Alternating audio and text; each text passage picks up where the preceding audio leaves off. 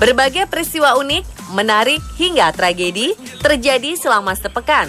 Rangkaian peristiwa tersebut kami rangkum dalam segmen On This Week malam ini.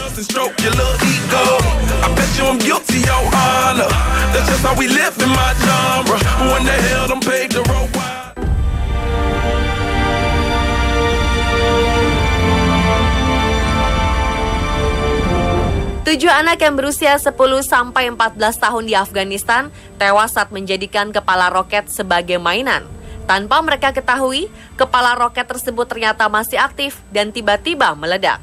Mereka sempat melilitkan kain ke kepala roket yang sudah tidak digunakan itu sebelum melemparkannya. Akibatnya, 7 anak tewas dan lainnya terluka parah.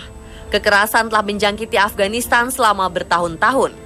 Pemerintah dengan sekutunya melawan Taliban, kelompok militan yang menyebabkan negara itu diinvasi Amerika menyusul serangan balasan 11 September 2001. Sangat mungkin roket tersebut bekas peperangan yang ternyata masih aktif serta berbahaya.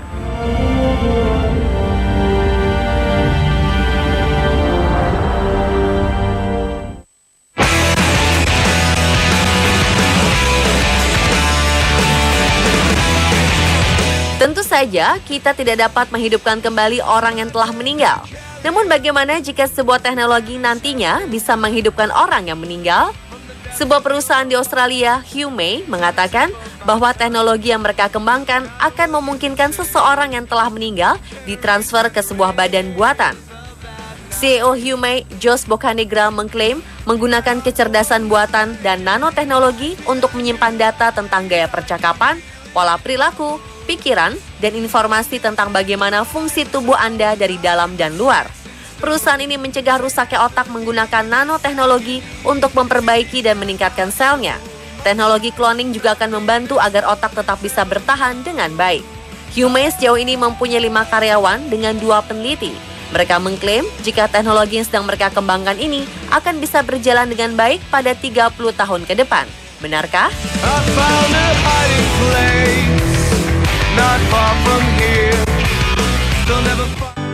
Would Dylan be just a poet? Would Bono ever know it without those songs? Pemerintah Italia berencana memberikan insentif bagi anak-anak muda di negaranya. Program ini bertujuan untuk menghindarkan penduduk usia remaja yang rentan direkrut jaringan teroris. Gagasan ini dicetuskan Perdana Menteri Matteo Renzi. Program bernama Pemersatu Bangsa ini berbentuk pengucuran dana bagi anak muda untuk dibelanjakan mengikuti kegiatan kebudayaan. Per orang dialokasikan 500 euro atau setara 7,2 juta rupiah tanpa memandang apakah ia keturunan imigran atau kulit putih pribumi Italia. Renzi mengatakan serangan kaum militan seperti di Paris menandakan adanya upaya cuci otak generasi muda sehingga meyakini teror sebagai jalan keluar.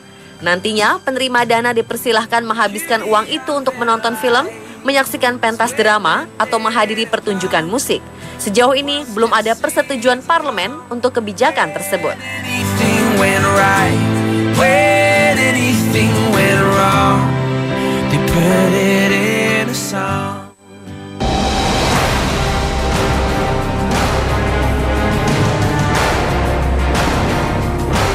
Sebuah jalan di Amerika Serikat belum lama ini mengalami fenomena yang aneh. Jalan lurus Vasquez Canyon Road di Los Angeles itu tiba-tiba mengerut dan pecah tanpa sebab. Jalan ini menjadi berantakan hanya dalam sekejap. Dugaan sementara mengatakan jika fenomena ini terjadi karena pergeseran lapisan bumi di bawahnya. Kini, Vasquez Canyon Road ditutup tanpa batas waktu untuk menghindari potensi risiko yang tidak diinginkan. Dari beberapa foto yang beredar, jalan tersebut terlihat bergelombang. Petugas Dinas Pekerjaan Umum Los Angeles, Paul Fang, mengatakan bukan hanya jalan raya saja yang rusak, namun juga mengakibatkan rusaknya tiang listrik yang menyebabkan matinya aliran listrik di wilayah tersebut.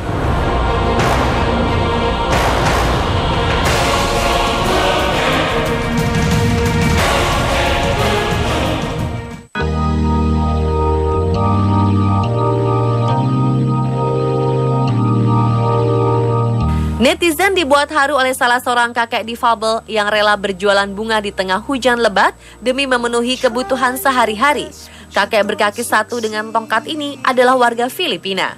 Ia menjual bunga seadanya kepada orang-orang yang ada di jalan.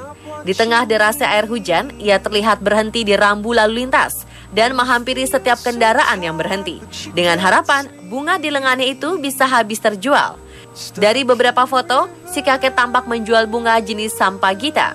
Ia berdiri dibantu dengan tongkat kayu karena salah satu kakinya patah dan telah diamputasi. Dalam kondisi seperti ini, si kakek tidak pernah lelah dan mengeluh untuk tetap berusaha sekuat tenaga menjual bunga daripada mengemis. Replace when you love someone but it goes to waste.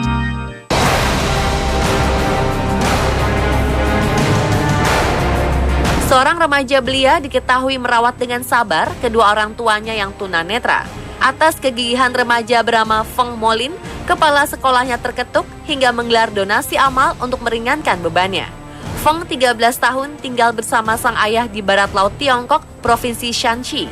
Awalnya hanya sang ibu yang mengalami kebutaan sejak ia kecil. Namun pada 2006, sang ayah mengalami hal serupa akibat penyakit meningitis dideritanya. Sejak saat itu, Feng berusaha memenuhi segala kebutuhan orang tuanya secara mandiri, sekaligus mengerjakan pekerjaan rumah yang menjadi kesibukannya selain bersekolah. Karena jarak sekolahnya yang jauh, Feng hanya dapat menemui orang tuanya di akhir pekan saja. Akhir pekan menjadi hari yang penuh tanggung jawab baginya. Mulai dari menyiapkan makan, membersihkan rumah, belanja, menyiapkan kayu bakar, menjadi kesibukannya. Ia sempat mendapatkan tawaran untuk diadopsi, namun ia menolaknya.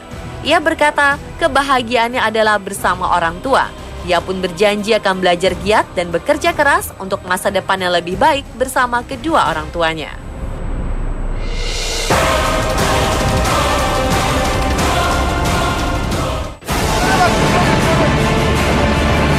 This fiery streak hurtling earthward is a Russian. Hubungan Turki dan Rusia sedang memanas. Ini karena jet Rusia ditembak jatuh oleh pesawat tempur F-16 setelah beberapa detik memasuki wilayah Turki. Sebagai pembelaan, Duta Besar Turki untuk PBB Halit Feltik mengatakan bahwa Turki telah memperingati 2 jet tempur Su-24 milik Rusia yang hendak masuk ke wilayah mereka sebanyak 10 kali dalam waktu 5 menit. Peringatan diberikan agar jet Rusia mengubah arah, namun jet Rusia tak mendengarnya. Akibat peristiwa ini, Turki menurunkan jet F-16 dan menembak jatuh salah satu pesawat Rusia hanya selang 17 detik setelah memasuki wilayah Turki. Sementara Rusia membantah bahwa pesawat mereka memasuki wilayah Turki dan hanya beroperasi di Suriah. Sedangkan Turki berkeras, Rusia telah melanggar batas wilayah dengan menyertakan peta penetrasi jet negara lain ke teritori mereka. NATO atas permintaan Turki menggelar pertemuan luar biasa untuk membahas insiden tersebut. Akibat penembakan ini, Presiden Putin sudah memperingatkan akan ada konsekuensi serius dalam hubungan Moskow dengan Ankara. Menteri Luar Negeri Rusia, Sergei Lavrov, sudah mengatakan membatalkan kunjungannya ke Turki yang direncanakan Rabu 25 November.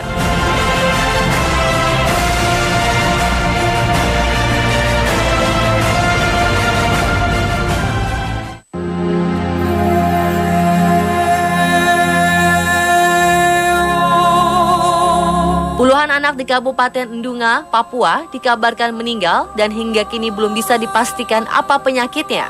Kematian anak-anak yang sebagian besar berusia di bawah 2 tahun ini, menurut dokter yang bekerja di sana, terjadi sejak Oktober 2015. Kematian ini tidak terjadi dalam satu waktu, tapi terjadi sudah sejak 2 bulan lalu.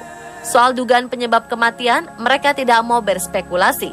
Tim ahli telah dikirim untuk melakukan pengambilan sampel di lapangan. Sampel tersebut akan diperiksa di laboratorium untuk memastikan penyakitnya. Puluhan anak di distrik Embua, Kabupaten Dunga, dilaporkan meninggal dengan gejala mirip malaria. Namun hasil tes malaria menunjukkan hasil negatif.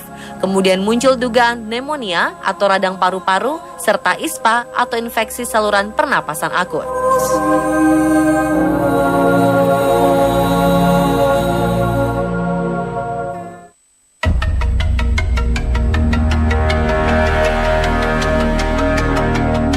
Seorang gadis asal Tiongkok berusia 24 tahun sempat dinyatakan hilang dan telah dianggap meninggal lantaran tidak pernah kembali ke rumah selama 10 tahun lamanya.